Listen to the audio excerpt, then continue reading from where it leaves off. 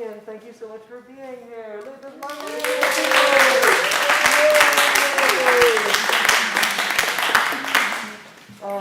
So my name is Sam Begel, and I'm the Artistic Director of the Cherry Arts. Thank you so much for joining us for this discussion about the wonderful play that I hope many of you have seen, and those of you who are here in person just saw, Eva Berdars, and What Happens If I Don't.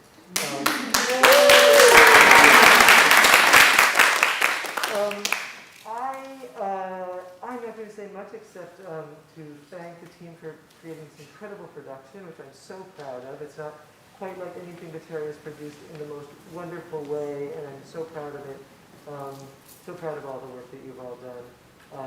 And particularly proud that the whole production has streamed as well as being performed in person, and so it's been enjoyed by a lot of folks who haven't even been here. So hooray for all of that, and thank you, Eva, for joining us. This panel discussion is sponsored, as so many pieces of this wonderful Cherry season, by the Migrations Initiative of Cornell University, so we want to thank them tremendously for this.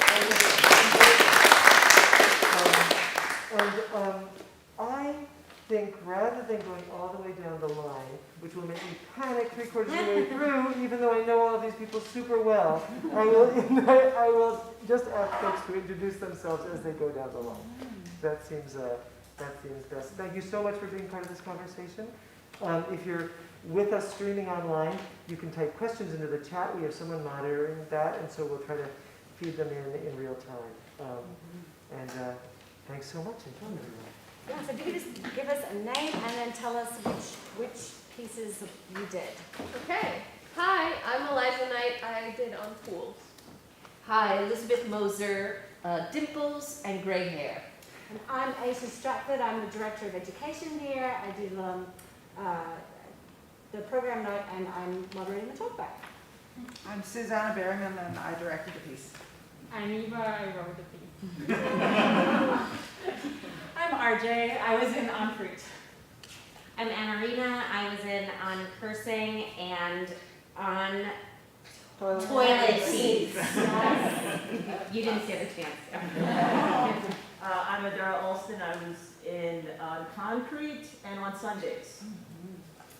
Well, I just want to start this by saying how incredibly grateful I am to have the chance to sit up here and talk to you all about this play.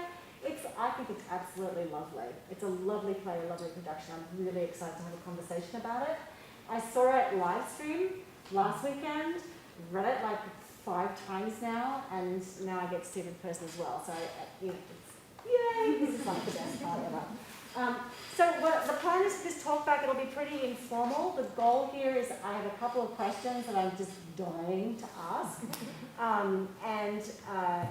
Then we'll talk about those questions and other questions, and we have the cast with us to share their perspectives, which is great. And then we'll make sure we have some time for everybody in the audience. If you have questions or things that you want to sort of say as well, we'll make sure that there's time for that as well. So that's kind of the map as it stands. So I want to start, as one does, with the playwrights. And just want to ask if you can say a little bit about how you came to write this piece. What was it? What was the sort of constellation of questions and ideas that drew you to this play in this way? Okay, I think, I was first, of course, thinking about the advices Mother give to us.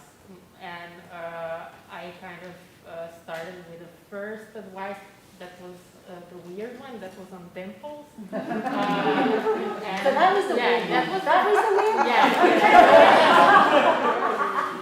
And that was the first one. And then I was thinking, this was like a short story that I wrote, actually. I didn't know if it's going to be a play or not or whatever. And then I was thinking, but there's a lot more to it. Like, there's more advices that I heard during my life, or what other people have experienced from their moms. And then I just kind of wrote those advices, and I was thinking, but these advices, they kind of protect us from something, but then also they kind of stopped us from Yeah. like emancipating ourselves. So Yeah.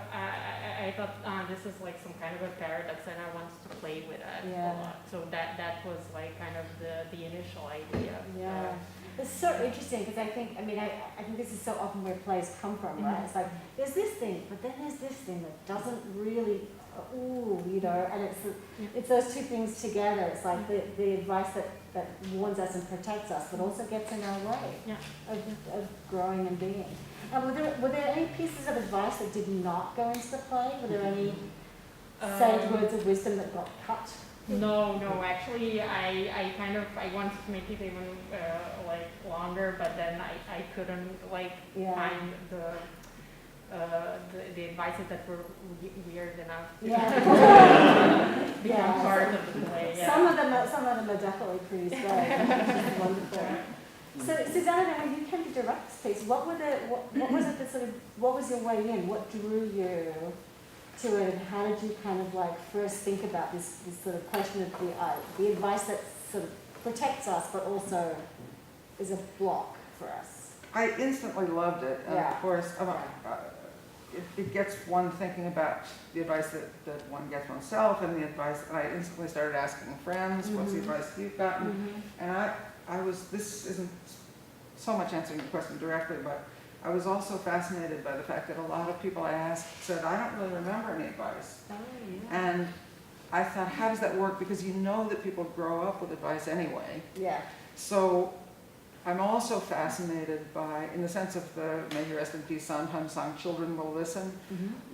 We're getting advice even when we don't know we're getting advice. And so my awareness of that was very heightened from working on this play. And I just think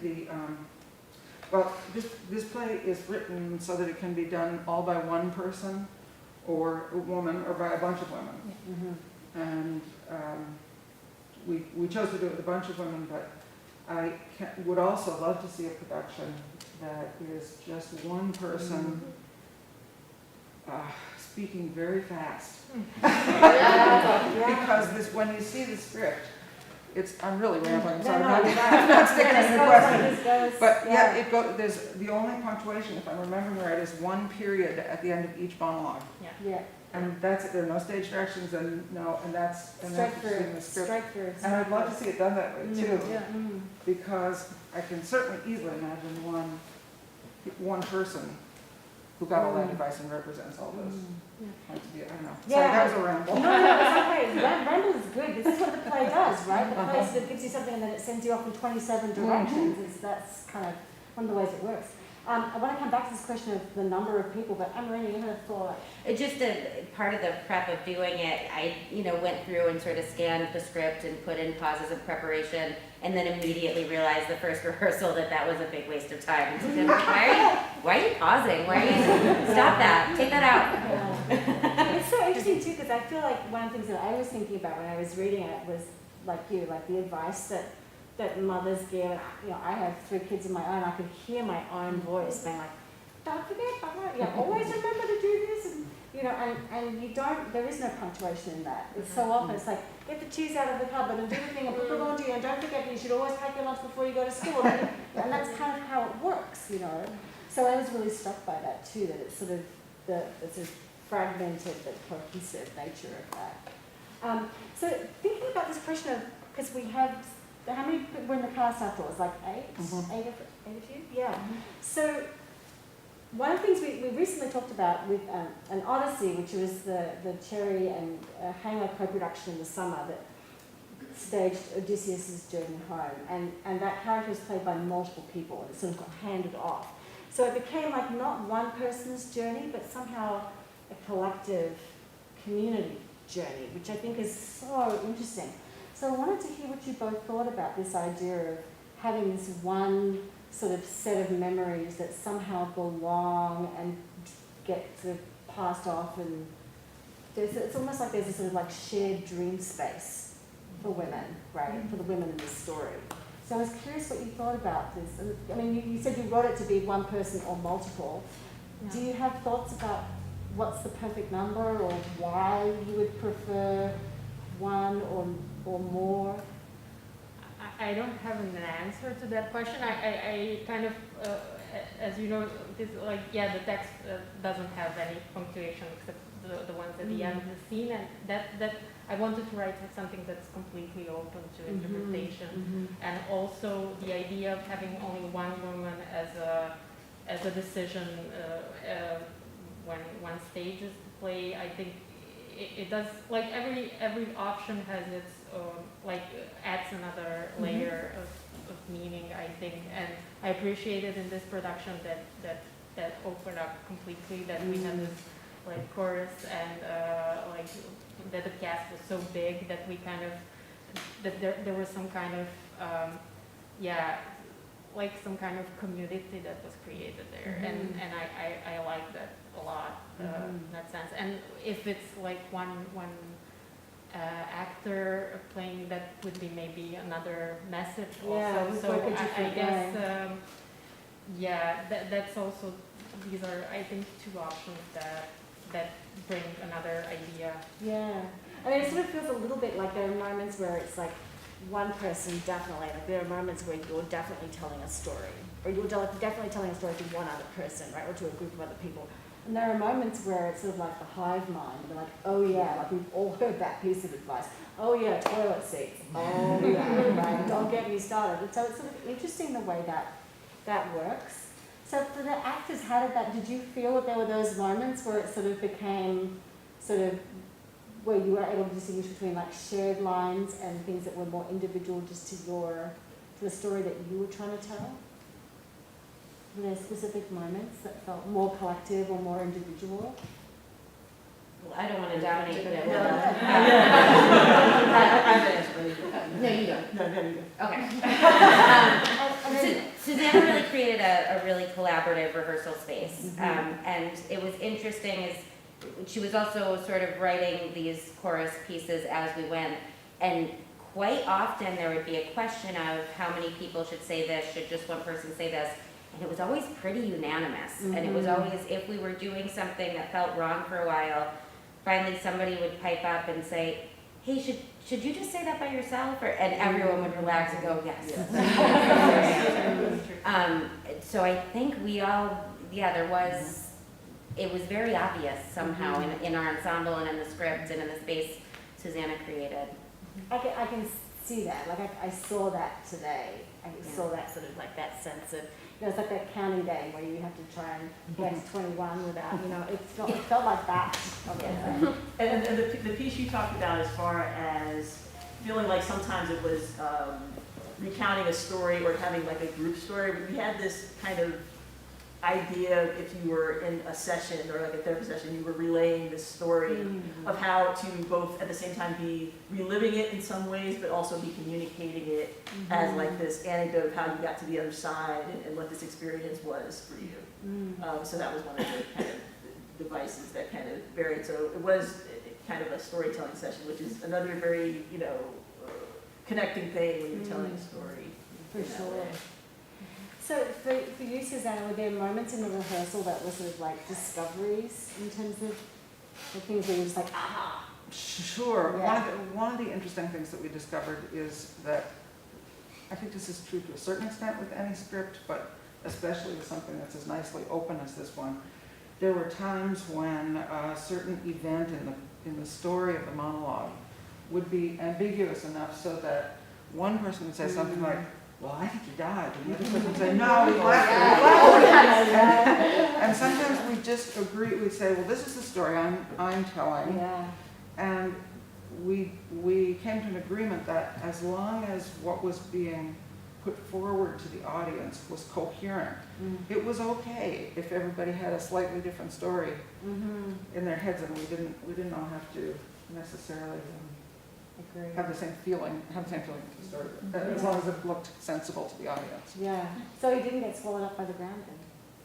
Well, I think he did. That's the story I'm telling. We had a whole conversation about this. Was I present? I don't think so. We decided without Oh no, what have I done? But that's such an interesting thing though. I can sense that it's sort of like there's, because I mean, you often hear that, you know, plays are driven by conflict, so it's really easy to try and identify what the conflicts are. There's so much conflict here, but there's also so much connection, right? And there's that sort of sense of like, I'm willing to let you have your version of the story, here's mine. We can agree on some of the details, like the parallel parking one really jumps to mind for that. So one other question I had was, and then I'm sure other people have questions besides myself. One other question I had was that because we've been thinking about this sort of season-long exploration of themes around migration and movement and dispossession and home and social justice, and this one of the things that I really love about this play is how unanchored it is, how incredibly specific and how incredibly afloat at the same time, right? We know she swims in an Asian sea. We know she shows up at a US border at some point, and we know she spends some of her childhood in a previously Soviet country with brutalist architecture. And that's what we know. Those are the three places we know, but we don't ever really know where she is or where these things happen. It could be in her memory, it could be now, it could be in America, it could not be. I sort of love that about it. So one of the things that really struck me was the way that this sort of question of sort of dispossession and feeling kind of like isolated or removed from yourself or your community or your family keeps resonating in all of these little vignettes. They all contain that, you know, even the ones that are rooted in place. So I was just curious about how that theme was resonating for you as you worked. Well, I would also say that to a certain extent, many of us spend our lives trying to learn to live inside ourselves. Yeah, 100%. And there are a number of experiences, both with this character / these characters and us in our real lives, where ourselves are pulled away from ourselves. Yes, yes. Our spirit is pulled away from ourselves, Yep. and we have to keep learning how to realign that and be at peace. And so there are a number of pieces in this where it seemed like that was happening. That sort of movement and sort of slippage away from something and then an attempt to try and get back to it. Or I mean that moment at the end where she's like, I can't see myself, right? And it's that question of visibility, you know, visibility. Like there's moments where she's hyper visible to other people and doesn't want to be visible, but then she loses herself in some way, which I found very moving. So, actors, do you have thoughts about that? Do you have thoughts about this sort of question of sort of dispossession in a sense, or kind of isolation? I mean, night is one that's really isolating, right? Yeah. I was gonna say, in terms of when we were blocking that particular scene, it's just always struck me the ones where it felt like you needed a little bit of distance from the speaker to the person who's living.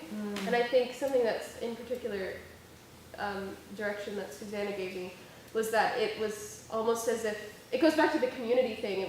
I was there to help Barb, who was the actor. Like it was like I was still a little bit of like that angel kind of quality, taking on that rather than her needing to relive it. And also we talked a lot about the idea of sort of dissociation out of your body, and that came up in my monologue as well.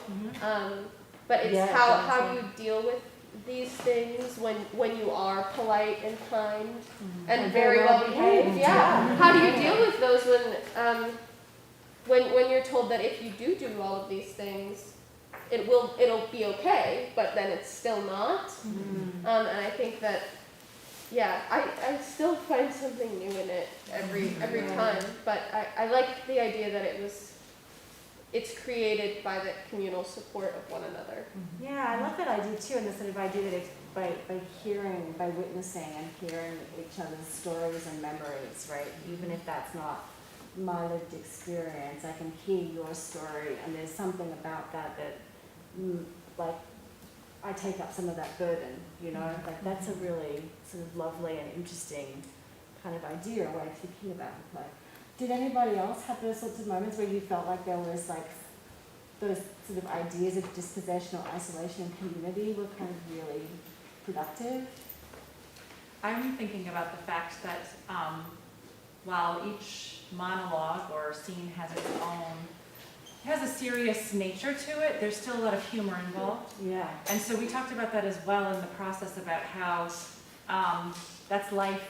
You know, there's a lot of like, you kind of have to see the humor in things, even if it's very serious. You have to, because none of these experiences that are brought up in the play are far-fetched. It's not like they're crazy, you know, maybe the swimming in the Maybe toilet. yeah.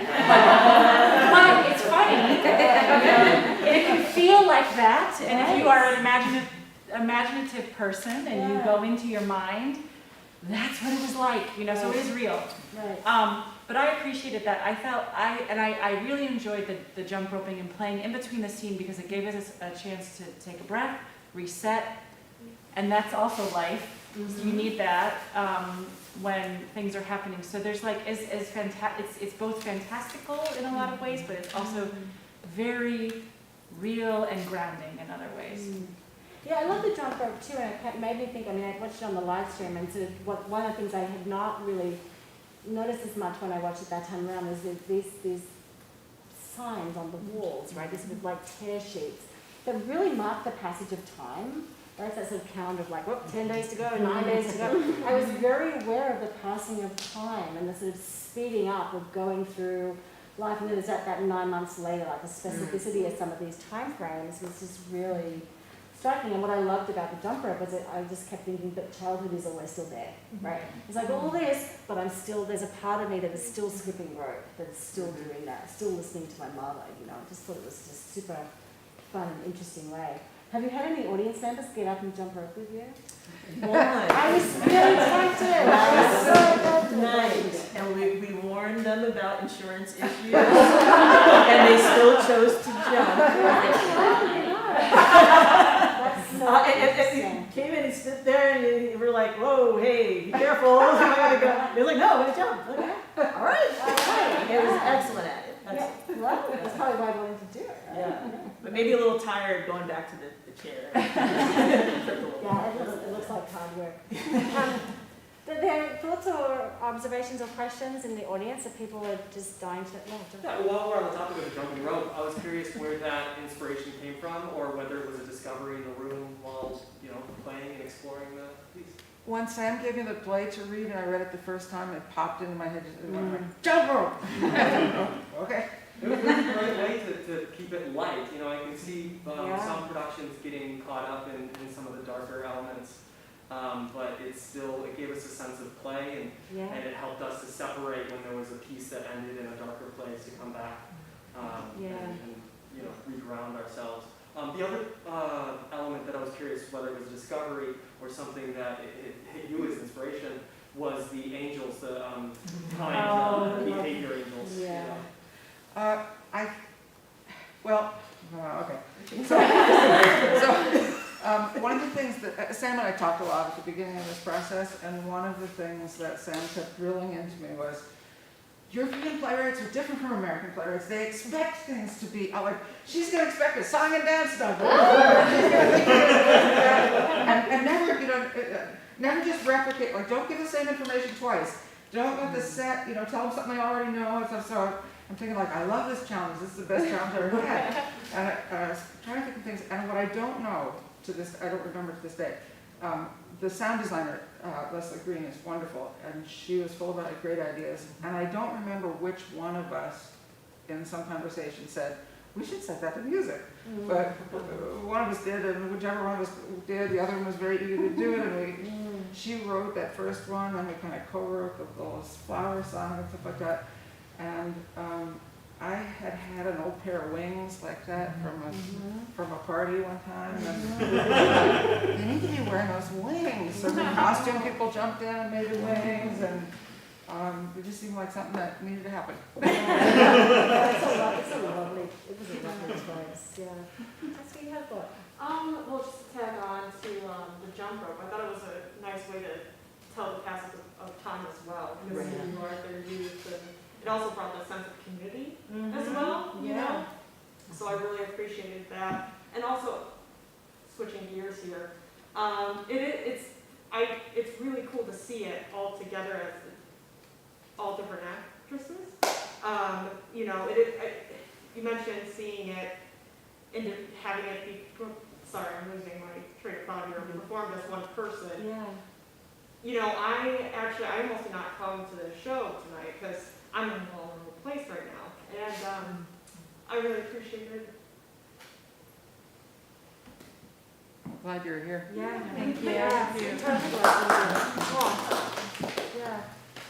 Yeah, it's a vulnerable play in a lot of ways too, for sure. But nursing has this lovely shared collective space, right? There's something so lovely about that. That idea of even the hard stories, we tell them together, you know, that there's a way to build a community that way. Even though those stories are very context contingent, right? Your story is going to be different because of your life experience, where you grew up, where you traveled to, where you didn't travel to, what your mother told you. Ugh, yeah. Not going to talk about my mother. All right. Other questions, thoughts, ideas? Yeah. May I ask something of Eva? Because we're talking about the age, and I just wonder, was there anything specifically that, because it's so interesting to see what you choose to give us, and versus like on the occasionally on theater and the 9 months later, like very sparingly. But is there anything detail-wise in terms of the ages that you had to change, or the titles, or that you have rearranged at all? Yes, actually, I did rearrange at the end because it wasn't supposed, like, the first version of the play didn't have eight, like, and it wasn't like, okay, yeah. yeah. So at the end, like, and in the last version of the play, I just decided, this should be like the story, like from birth to death. And then I kind of rewrote everything and kind of set each scene to a specific. To make it feel like a chronology. Yeah. So that was the idea. Yeah. So like, I don't know if you noticed that something didn't like fit in a certain age. That's because of that. Because it was it was done like in the last version. Yeah. Yeah, and it's really interesting how like some of those ages are quite close together, and then there are gaps, right, in life. And I love that we get this one moment where she talks about, well, I did do this thing, right? We don't get a monologue about the swimming in the Asian Sea in front of the nuclear reactor. And I was like, you did what?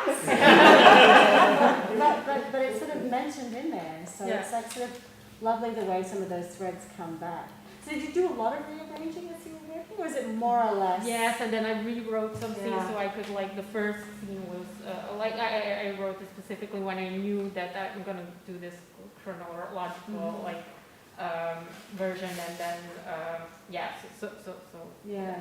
And is it the same with this question of sort of the specificity of place that did you ever have, like, place names or things, and you were like, no, I want to make it that it's, or did it always just feel like it was going to be, it could be anywhere, that it was sort of floating in time and space that way? I think the idea, like, also, like, with this mention in the beginning that it could be, like, for one actor or also for many, or for a course. So the idea with this was actually to point out that it could be also like a confession of one person or a confession of many, many, like, women. So they could have been, it could have been like anywhere, it could be anytime. Because it's just so interesting that you were saying that the chronology came later, and I was thinking, so you sort of pin down, we're at this moment in time, but we don't know where we are in space, which I find so interesting and works so nicely with having it as a chorus of voices. The wheels are still turning. Other questions, or other people have things they want to I know? have one question for Eva. And so, I always think about this. You wrote this very open play without much stage direction, and then you show up here and I mean, so, I was like, what were your thoughts? It's just, did you Did you like it?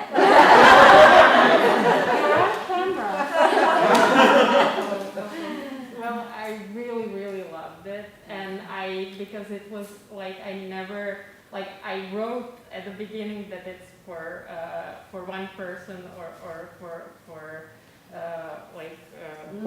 chorus of people, but then I never could have imagined it this way, so I was really, really excited to see it, and I was so happy that I loved it, the way how they, like the musical part of it, and not just like the chorus, like the singing, but the whole, I had a feeling that the whole piece was some kind of a melody that was going on, like it was really, really music, like I could like hear the music of it, even if there was no music at some point, and I really I know what you mean though, so like there was a moment where I got a sense of breathing, where I felt like I was breathing in and then breathing out. Yeah. So there's something rhythmic about Yeah.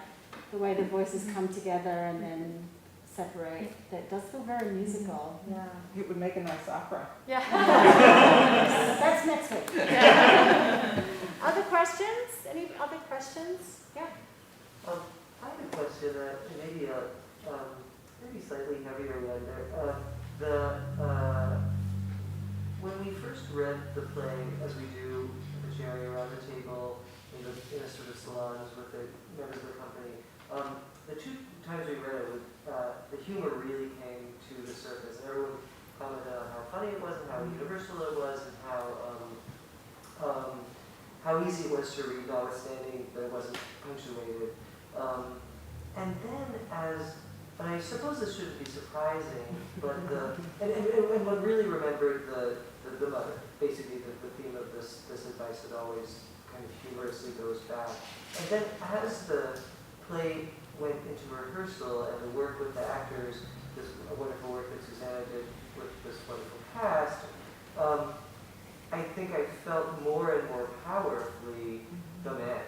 You know, the presence of the like constant danger of the man. And I'm curious, I'm starting to think of these as like two main figures in the play that this woman or women deal with, the mother and the man. And I'm curious how those figures play, how that operates for you when you were writing it. Were you thinking about that? I don't know, it's a hard question. Well, I wouldn't know. Yeah, the man is a constant danger, but at the other hand, I didn't want it to be so constant, but at the end, it ended up being like that. And the mother is, on the other side, somebody who was also not supposed to be a constant danger, but on the other hand, it is. And everything is a bit ambiguous, I would say. So you never know, and it's maybe that feeling that I wanted to show, that you never know what could be danger and what could be safe, and you have to be prepared that something could be dangerous, but could be safe also at the same time. So it's this constant feeling of being prepared to a situation. So I don't know if that answered the question. Yeah, I mean, I think your question about the man is really interesting though too, because it also was talking about this with some of our work study students, and we were talking about institutional like authority and the experience of kind of like dealing with institutions. Like you have this singular female voice, and then you have these institutions of like, you know, just the most literal one, I suppose, in the play is when she arrives in America and she has to deal with the mechanisms of that system that allows her to come in or not, and what does she have to do before she's allowed to, right?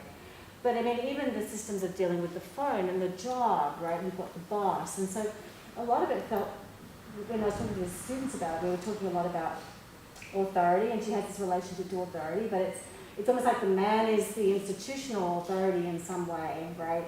And the mother is the familial authority. And it's not as simple as that, and it's not a binary, but it feels like there is that sort of sense of being scrapped between those two things a lot in the play, right? institutions tend to be kind of like figured in that way. But they're sort of somewhat dangerous to the self. Even the dog, that you have to take black tea to avoid how toxic that dog is, right? But there's something dangerous about institutions somehow in this play, which is really interesting. Other thoughts or questions? Norm, you look like you're like, what is Ashley talking about now? Any other questions for our playwright or our director or our lovely actors? Yeah. I'm just going to go for it. The one scene that seemed out of the biographical storytelling was theater. And it seemed like the meta moments, like the Brechtian moments of like, after that line, I thought everybody was just going to throw their costumes off and start. So how did that fit in? Now that I know that there's no punctuation and no suggestions, how did that one come through and stick in there? And how did you decide to exactly where to place it? Because it's kind of perfectly placed. I placed it, it was kind of, I placed it at the time where one starts like being interested for theater. It's like, That's what I said. Yes, Doris did say that. I was when you would be interested in theater, because it's right after 18, and you makes sense. You very well notice it's completely meta, and it's like it can be also like done multiple times. It's my personal comment. Is that why you said occasionally? Were we supposed to like intersperse that wherever? No, but A couple more scenes. I should also tell you that what you don't know if you only saw today's production and didn't see it last weekend is that the wonderful actor, Teresa Delsmini, that we have in it this weekend is a second actor. The first actor who played it is the wonderful Jen Shalansky, also of stage management fame, who agreed to do the role even though she was due to deliver a baby 2 days after closing. And at her pediatric checkup, I hope I'm not breaking any hip laws here, but she and the doctor decided that she would deliver the baby in between the weekends of the show. So we were fully ready for that. We were expecting that there might be a contingency like that. And so there was also an in utero child who also participated in this production, and I thought that was rather unique and exciting. First in utero direction.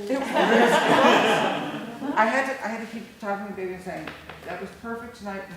Don't speed up. She's not kidding, that happened. I love it. Last questions? Yeah. I just maybe wanted to ask something broad. I mean, Susanna, this is something that the Cherry loves to do so much, bring in plays that have different forms on the page and maybe come from slightly different traditions and engage them. With our team, and Susanna gestured at some of my clumsy early conversations. It was wonderful. It wasn't clumsy at all. Because it feels super free with the text. And I'm curious for the actors what it was like with their discoveries, what that was like to work on a different kind of text than you're used to seeing in fantasy. I mean, it felt like a workshop in the beginning. I mean, Susanna clearly was spending every waking moment outside of rehearsal, preparing and doing things, but I would say the first couple of weeks of rehearsal, and also with our schedules, we didn't get the full cast together regularly the first couple of weeks. So it was really great to have this collaborative, free, open space, and we played a lot in it, and sort of found all the boundaries and then slowly tightened it in. And I had forgotten until today that at the very beginning we did a drawing exercise where we drew out everything. We all had these huge pieces of paper, kind of like that. And we drew it out in that exercise of it, and what it was we started to make visual connections, and then as we actually got the pieces that we were doing, we were finding other connections of how, like my on concrete and on Sundays actually connect about saying how I wanted to have children, and then on Sundays. Which, the thing that I found interesting is, because people talked about there are the darker side, but there's always the comedy, is the journey of what is a piece when you really could go to the depths of the darkness of it. But if you more find the optimism in the telling of the story, because there was on Sunday there was initial rehearsal where there was the letting of which actually oddly enough no one else was at but me, where it got very dark, and then from that place, what is it, and the discovery there, which is very very interesting in a piece that can be very dark. So that was interesting for me. As finding out what that is and what the levels are, something like that. I was going to say that I'm still discovering things, because I think when something traumatic happens to you, you play it over in your mind again and again. How can I frame this so it wasn't that bad? Right. How can I Right. think about it so that I had some sort of control over the situation? And then when I go to a party and tell the story, which was kind of the direction, somewhat the direction that I got from On Fruit, because also, how terrible, right? You could really be scarred by that, but this person decided to be like, something that happened to me, and I was, it was gross, but okay, I'm still alive, I'm still here, you know what I mean? And I think that the way the play is written, and that you can go in so many different directions, and that you can spend a lifetime thinking through something that happened to you and never quite find the right way to frame it so that it makes sense to you. I think this whole play captures that thing, That's for lack of a better word. That's how it works, Yeah, I loved the openness of the lack of punctuation, because that really allowed us to find our own rhythm. And I found that really freeing and, like, wow, this is really wild, this is neat, and fun and exhilarating. Yeah, finding that rhythm, and then sort of finding the rhythm collectively as well. If you're going back into a rehearsal moment, you can't say, okay, let's start at the beginning of the sentence that, that's not right. Start somewhere around the middle of the piece. There's also so much repetition in the piece that doesn't feel redundant, which is amazing. There's so much repetition. So then you can't even say, well, then, go back at the list of things you're writing about, like which time. But so it's something else that was really great about the piece, and it was challenging as an actor, mostly for memorization. But I really hate redundancy in shows, and I love how that repetition was so important to the show and like really added to the story. And I think it's probably rare to find, I don't know, I'm not an expert on anything, but to find something that is so repetitive. It speaks to what Ethel was saying too about that, like this idea of like really trying to frame something, right? That you're like, this, is it like this? Is it like this? Like, how do I, it was the apple, it was, and you sort of keep going back to it and trying to get it just within what you can hang on to. The repetition feels very purposeful to building that sort of texture in the play. It felt very grounding. Yeah. The repetition kept Yeah. grounding me. Yeah. And then also I love how to play like with the like when Amarina says, before I met the man with the 3 dimples, or these references to the other monologues about my mother, And teaching the Marxism. The fruit, and then the mother teaches Marxism comes up a couple Yeah, times. I love that. Speaking of the Marxism, I don't want to ask a ton of like, what's the answer to this? What really happened here? But like, what's the deal with the mother? That is so specific. Yeah, that's my La, la, la, la. dedication.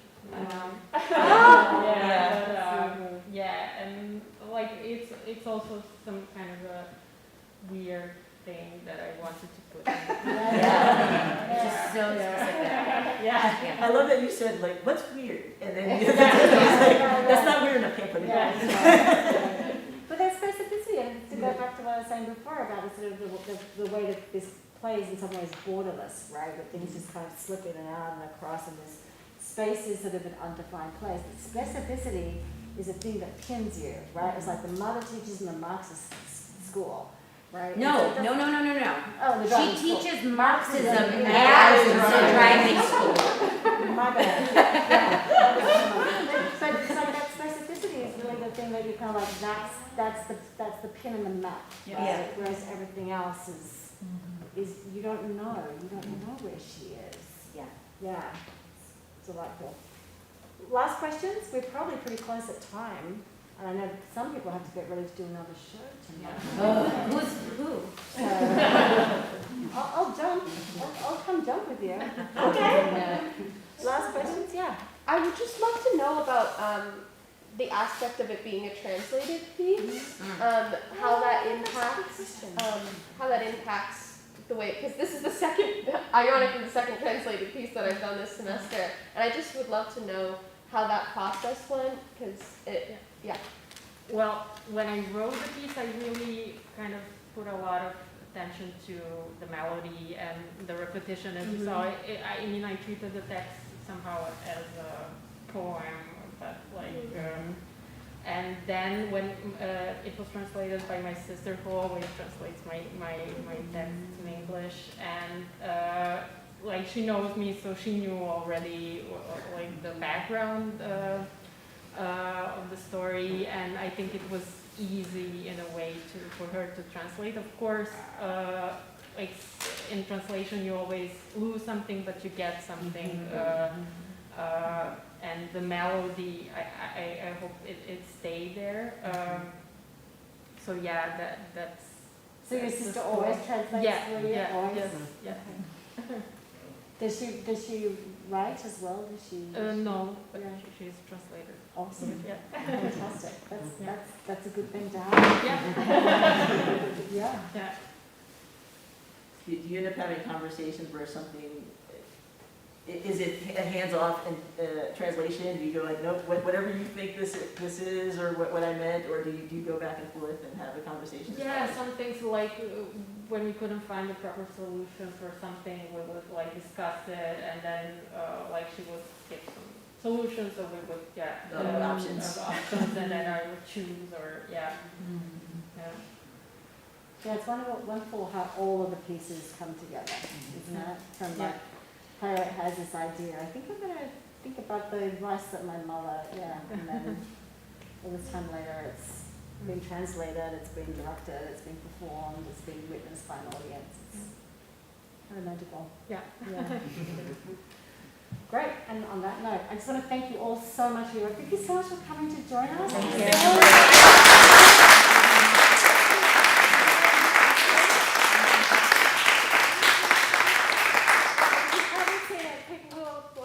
If you haven't seen it, come and see it before it's gone. Yeah. Thank you.